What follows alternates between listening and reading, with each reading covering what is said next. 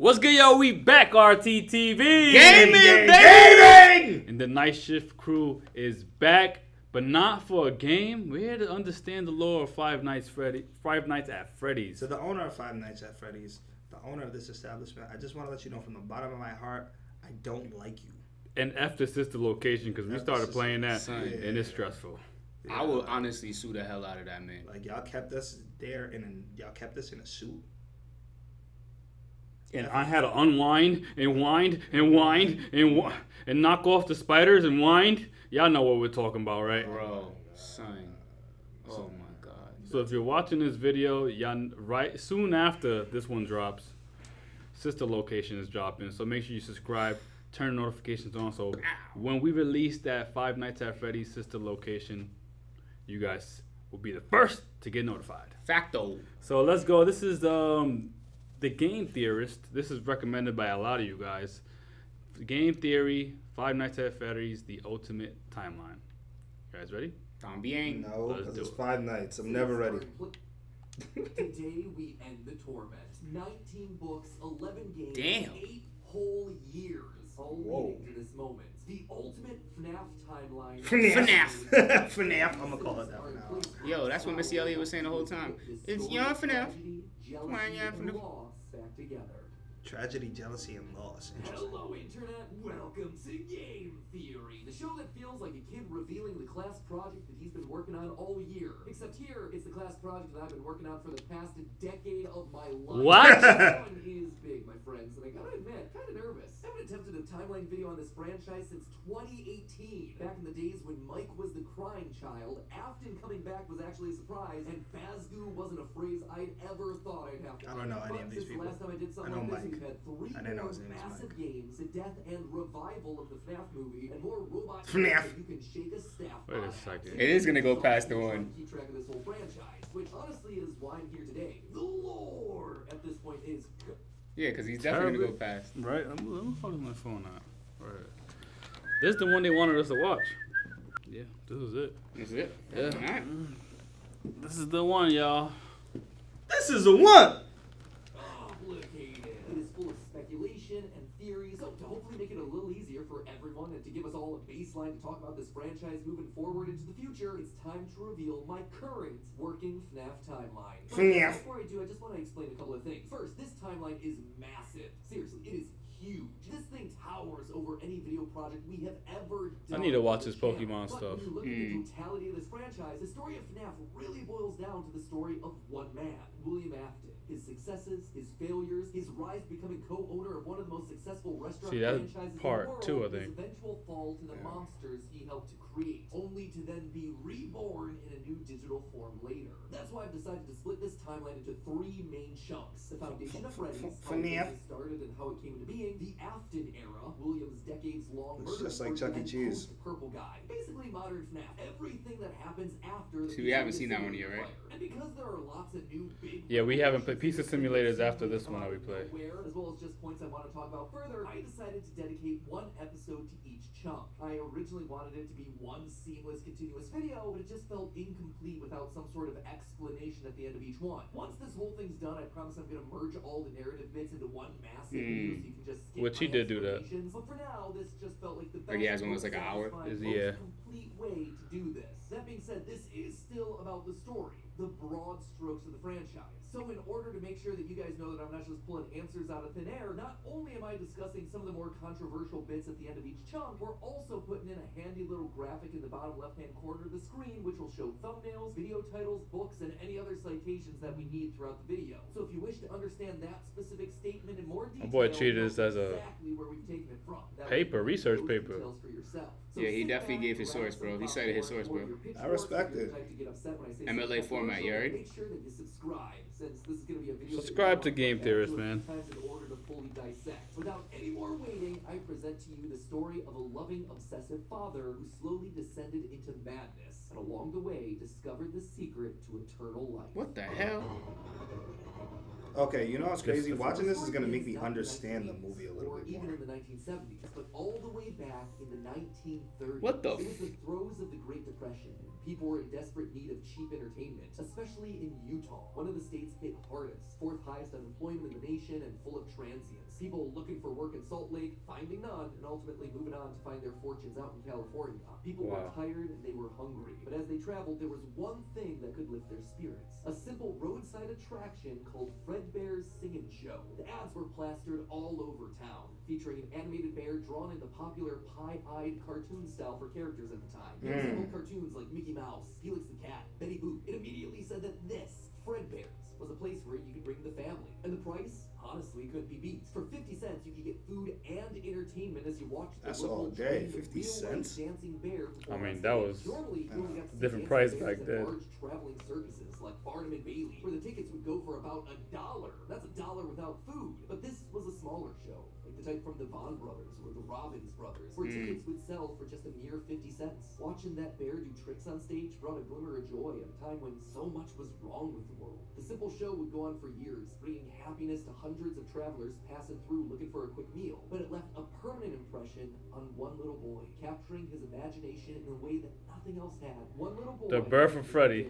That was his nickname at least, but his parents liked to call him William. William. Remember, we seen him in one of the games. I forget which one. In the second one. William dreamed of recreating that moment of bringing a musical bear to life, but how? William was smart, without a doubt, and he had a keen mind for business, but he wasn't the most creative. How do you make a singing, dancing bear come to life? The best he could do was using rudimentary costumes. William was inspired by the work of Walt Disney. Shout out, In Walt. the 50s and 60s was pioneering the use of mascot suits throughout his theme park. The big innovation, suits with 5 fingers. This allowed the performers wearing the suits to use their natural arms and hands to interact with the guests, as opposed to the older models where the arms would just hang limply by their sides. Finally, with a simple mascot suit, he would be able to realize his childhood dream. He would be able to bring Fredbear to life. To appeal to kids, and for copyright reasons, he changed Fredbear from a realistic brown animal to a cartoonish yellow bear with a purple hat and bow tie. But feeling like one character wasn't enough, he added another friend, a yellow rabbit with a purple vest and matching tie named Bonnie. Bonnie, boo. I hate Bonnie more than I hate Freddy, was bro. extra special because that was his. It was an original character that he had created from scratch. And I do mean scratch. William's hand-sewn costumes were rough, with seams and stitches visibly showing, but it was the best that he could do. And you know what? It was just enough. Bonnie and Fredbear would perform on stage to small but enthusiastic crowds. Finally, he was able to deliver fantasy and fun to all the kids, delighting and inspiring them in the exact way that he had been delighted and inspired so many years ago. And things could have ended there. That could have been the end to his story. It could have been perfect had it not been for one thing. Other people saw the success of his idea and they wanted in. Enter Chica's Party World. Oh my Chica. god. Oh. Performing I hate her. characters. Oh, so Chica was a solo act. That's why he always has to carrying something. He wasn't the best. It hurt the prideful William Afton to admit it, but this restaurant was able to do the thing that he always wanted to do: make the animals actually come to life. All of the performers in this restaurant were robots, simple metal skeletons that were powered by battery packs, but all of them able to freely turn and talk and dance on their own, no human required. It was like magic, magic that came from the mind of a brilliant creator named Henry Emily. This Henry, in some small way, had been able to harness the power of life itself. Afton admired him. He was jealous, to be sure, but he also looked upon this man with awe. Off to one side of Chica's Party World was a small cabaret stage featuring an elephant magician. On the other, a hippo known to ramble. Oh my on and on. gosh. That one was more of a joke for I hated him parents. too. It was the main We've never seen that hippo. Isn't that hippo that was in one of the side rooms in like 2 or 3? Chicken thing with a southern drawl named Chica. Yeah, they were in the same by a game. band of other country-themed characters, including a pig with a banjo, an upbeat frog. I don't remember We didn't that. see that, Yeah, I haven't no. seen And that. a brown bear with a heavy We seen southern him, though. accent. Wait, a bear? But bears were his animals.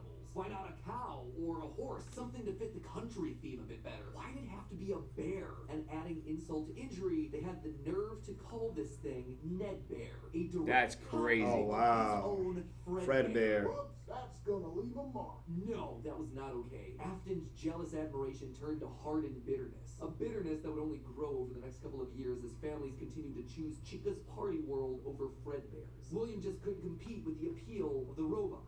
Eventually, his restaurant would go bankrupt, only to get bailed out by, of course, Henry Emily.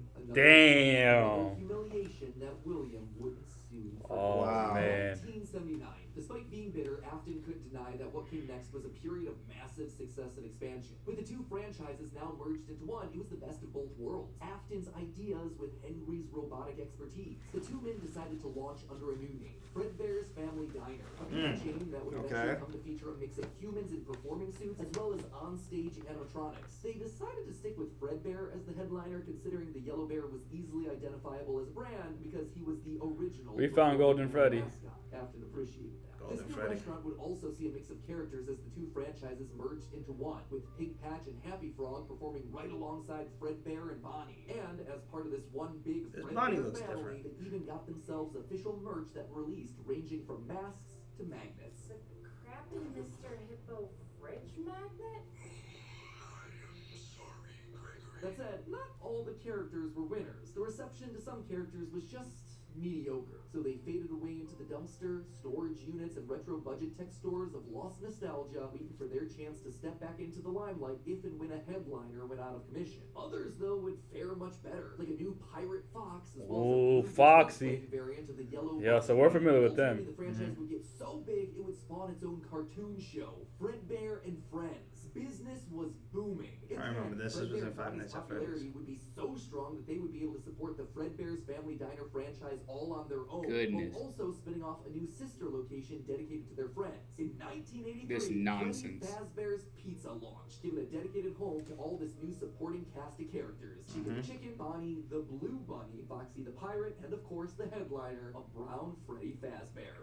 And this is Five Nights 1, right? This too. Mostly. It Yeah, it's did bother him that the one original character that he created, the one that he himself played, No, 4. Golden Bonnie, got passed over for inclusion in that cartoon show. The only character in the roster of regulars to get ignored for the show, but other than that, things were going. I think that Golden Bonnie was a 1 in 3 a daughter, that and we a were running away thriving from. business. And best of all, he was able to learn the craft of robotics from the man that he both loved and hated, Henry. Together, they were constantly pushing the limits of what these characters could do. Because it was quick and easy, new characters introduced into the roster would be given a simple hand-sewn suit with 5 fingers that any performer could wear. Eventually, Henry would design one of his signature animatronics for that character, utilizing a divided mouth with either a hinged or sliding jaw design. This was the first generation of animatronics. Okay. Why stop there? Afton had big ideas. What if the animatronics weren't just locked to the stage, but could freely roam the restaurant? Oh, hell no. What Wow. if his mascot suits could become animatronics? What if you could use more than just rigid metallic skeletons? Why not experiment with tubes and wires that would give the animatronics fluidity and flexibility while still providing structure? The possibilities That's for what this we're dealing with technology now. were endless. Afton fell in love with robotics. He had started with a dream of bringing one simple singing bear to life, but with robots, he had stumbled across the tools that gave him the ability to control life itself. And thanks to Henry, he was practically speedrunning his way to an engineering degree. Yeah, And this while crazy. He wouldn't admit it out loud, one other thing that kept pushing him forward was the desire to beat his former rival, to prove himself smarter and more capable, to surpass the man who everyone else considered to be a visionary genius. But pride cometh before the fall, and tragedy was about to strike. Okay, so that brings us to the end of part 1 of the story. That said, at the end of each of these chunks, I want to break down some of the logical leaps that I made, since the more narrative format doesn't give me much of a chance to justify a lot of the big decisions. And admittedly, there are some large leaps in here. Let's just start off with Fredbear's Sing and Show, shall we? We know, based on the retro poster that was hidden in Security Breach, that at least at one point, Fredbear was an actual bear. And like I called out in that narrative segment, dancing bear shows were a real form of entertainment. The only problem is that, timing-wise, none of our main characters would be the people in charge of that business in the 30s and a series of pizza restaurants in the 80s without them just being extremely old. That's Best case true. scenario, if Afton's running the singing show when he's 18, that still puts him at nearly 70 when the first Sheesh. pizzeria opens and his murder spree begins. It just doesn't make a lot of logical sense because he doesn't become immortal until his first death in Springtrap. That's why I suspect that Fredbear's Singing Show was either a family business that Afton then carried on to a new generation, or something that he saw as a kid and just wanted to recreate when he grew up. The Fredbear Singing Show thing also starts laying the groundwork for some of the core elements of the story. That Freddy's was a place of fantasy and fun, and that Afton, despite eventually falling to become the heartless serial killer and mad scientist that we know him as, began as someone with good intentions and a love of entertaining kids. He wanted to bring things to life from the very beginning, a theme that recurs a lot for him throughout the rest of the franchise. Next Next up, let's talk about those mascot costumes. One thing that I keep going back to is the design of Glitch Trap. It's a handcrafted suit. You can see the seams. Glitch Trap, we know that. It even has 5 Ain't that from fingers 3? in the performer's hands. It is very much not What? a spring trap suit. Glitch Trap is from part 3. It came at a time before animatronics were a part of the story. That's why I suspect that it was actually the first, predating literally everything. It's also a suit that is very personal to Afton. He put his digital consciousness in that form. It's his personal avatar. It's the way that he sees himself. There's also a whole separate discussion to be had here about the habits and rituals of serial killers. So the fact that he's choosing to lure kids and kill them in this particular suit actually says a lot about his emotional attachment to it. So Damn, bro. That's crazy. Someone else's creation, That's Golden creepy. Bonnie was uniquely Williams, giving him a personal connection. And that's not all. In this whole franchise, only one set of characters have themselves 5 fingers, the Nightmares. Even Golden Fredbear was a 5-fingered wearable suit at one point in the story. Yeah. This shot from the graphic novel. And that's the suit that we saw. Like everyone else was turned into an animatronic. This seems to imply that all of the main characters had similar wearable mascot outfits at least at one point in time, and that whoever is having the FNAF 4 nightmares, if FNAF. even are nightmares, something that we'll touch on in part 2, saw those mascot suits specifically. Lastly, we have to talk about the elephant in the room. The literal elephant, Orville Elephant, as well as the rest of the mediocre melodies. For a while now, I've suspected that the mediocre melodies played a much more important role in the story than just being a bunch more animatronics to fill out the roster. Especially Nedbear, which is just so suspiciously close to Fredbear. And yet, there are 2 key details that we're going to have to justify with any mediocre melodies mentioned. One, they're very rudimentary with external battery packs, implying that they come very early in the timeline. And 2, we know that at minimum, Mr. Hippo does eventually become an official member of the extended Freddyverse. But if these things are supposed to be cheap, generic rip-offs, why would you be trying to rip off yourself? You wouldn't. You would be stealing someone else's ideas. So if Afton created Fredbear, there would have to be some rival franchise. The only other person who would likely be ripping him off, Henry. We've talked extensively about how the mediocre melodies are clearly Henry's design aesthetic. So it just has to be him. I don't think Henry's doing this maliciously. He doesn't strike me. Bro. This is crazy. I didn't think it was this extensive, I didn't yo. think it was this What extensive. the? And also, like, I just want to see, like, what got to the point. We didn't even get to the point to where these things started killing people and he started becoming evil. Yeah, because the way he's saying is that Afton himself becomes the murderer. Yeah. Yeah. So we haven't got to that point yet.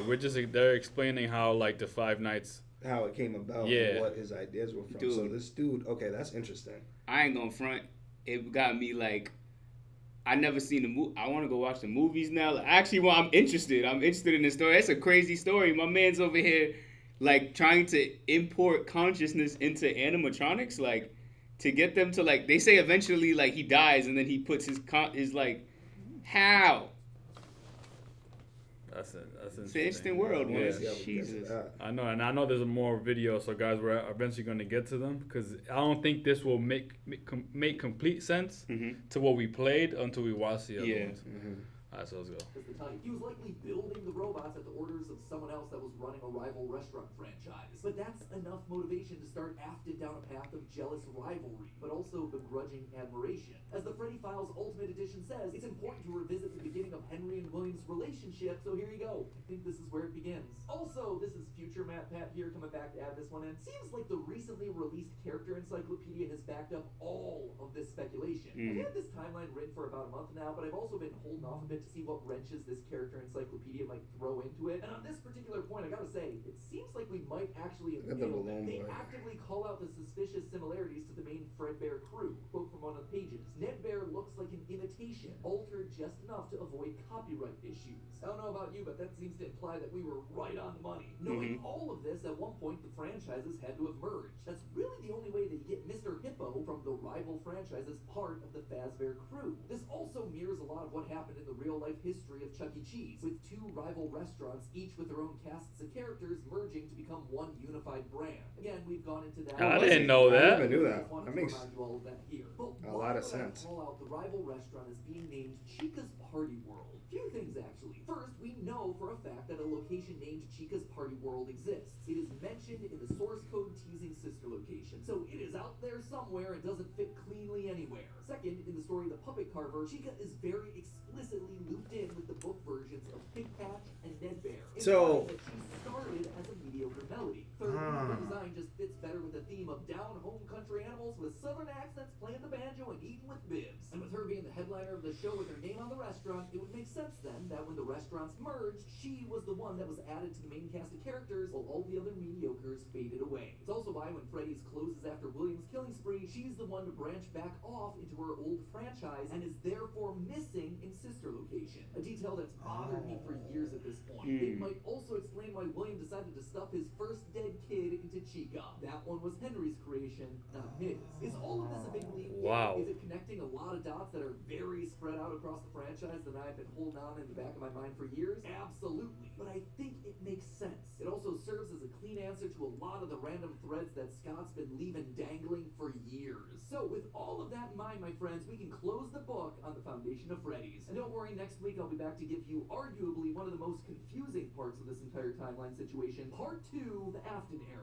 I promise, it will actually be next week this time. No more waiting around. I am just as eager to get this one out the door as you are to watch it. I promise. You know what else I promise? I promise that we'll actually get to talking about the games. I would have liked to have talked about them in this episode, but there just isn't that much of the games that helps us depict anything pre-Family Diner. That is true. This franchise has never been just about the games anyway. Even back in the early days of FNAF, we were decoding images and source code that Scott fed us through the website. The modern day books and the clues that we get from those things, now they're just modern extensions of that. All of it is crucial to understanding the franchise and its lore. Unless, of course, There's so finally gets around to making that Fredbear. I didn't know this was that big of a Me world. either. Yeah, me me either. neither. And you know what's crazy? I always see it at supermarkets, like the books and stuff like that. I think the one that I always see at Walgreens is an official guide. Of Freddy Fazbear. But in the meantime, while we wait for that inevitably cryptic game, I hope that this start to the timeline helps to fill in some of those gaps. I'm excited to share part 2 with you next week. If you haven't subscribed and rang the bell, make sure you do it now so you're notified. I'm about to watch when that, part the 2 disturbing lore of Chuck E. Cheese. Down in the comments below. That would be a And good as one. always, I'm like, I'm interested, yo. Just a theory. A game. The disturbing theory. lore Go of Chuck easy E. on me. Cheese is Try my crazy. best. Bro, he was murdering kids and stuffing them inside the animatronics. suits. And stuff inside of animatronics. And they were like somewhat like, okay, so we have another couple videos to watch, guys, Yeah. but we're gonna put them out one by one here. But wow, That was a lot of information, bro. I think That was 20 minutes of a lot of info. of just like my brain trying to wrap around, and of course because we're playing the games, I'm trying to make the connection the whole time. So I'm glad at the end he's like, I want to talk to the games, but we're not there yet because Yeah. there's so much more to the universe than Yup. just these games, you and know. the games don't really explain what's going on. Like you kind of just see, like in the second one, we just saw the purple dude and we didn't even know who he was. Yeah. We saw the little kid because I want to know about the nightmares. The one in the third one, those are the ones that actually interest me. The one in the fourth one, Yeah. those are the ones that actually interest me most because why are they in this kid's crib? Yeah. And why are they as scary as they are? They look a lot more malicious and more scary than the other Freddys that we see. And it makes sense that when he said, yo, he stuffed his first dead kid in Bonnie, that No, in makes Chica. in Chica, that makes sense because he didn't like dude. And And I Chica was think, stolen from him, right? That's what he said? Nah, I think Chica was the standalone that was the rival Yeah. that was beating his ass. yeah, So, no, and it was the one that dude, like, uniquely created. Afton. Yeah, Yeah. like Afton.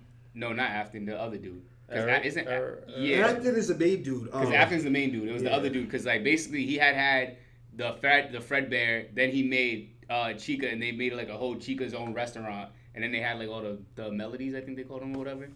And those were kind of like rip-offs of his stuff.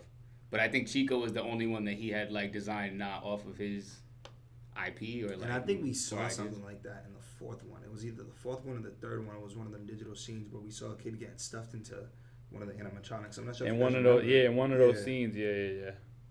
Oh, that's actually crazy. Wow. Yeah. I'm gonna go rewatch this. Stuff Later. Dark Chica, stuff. This so is interesting. He didn't really like Chica.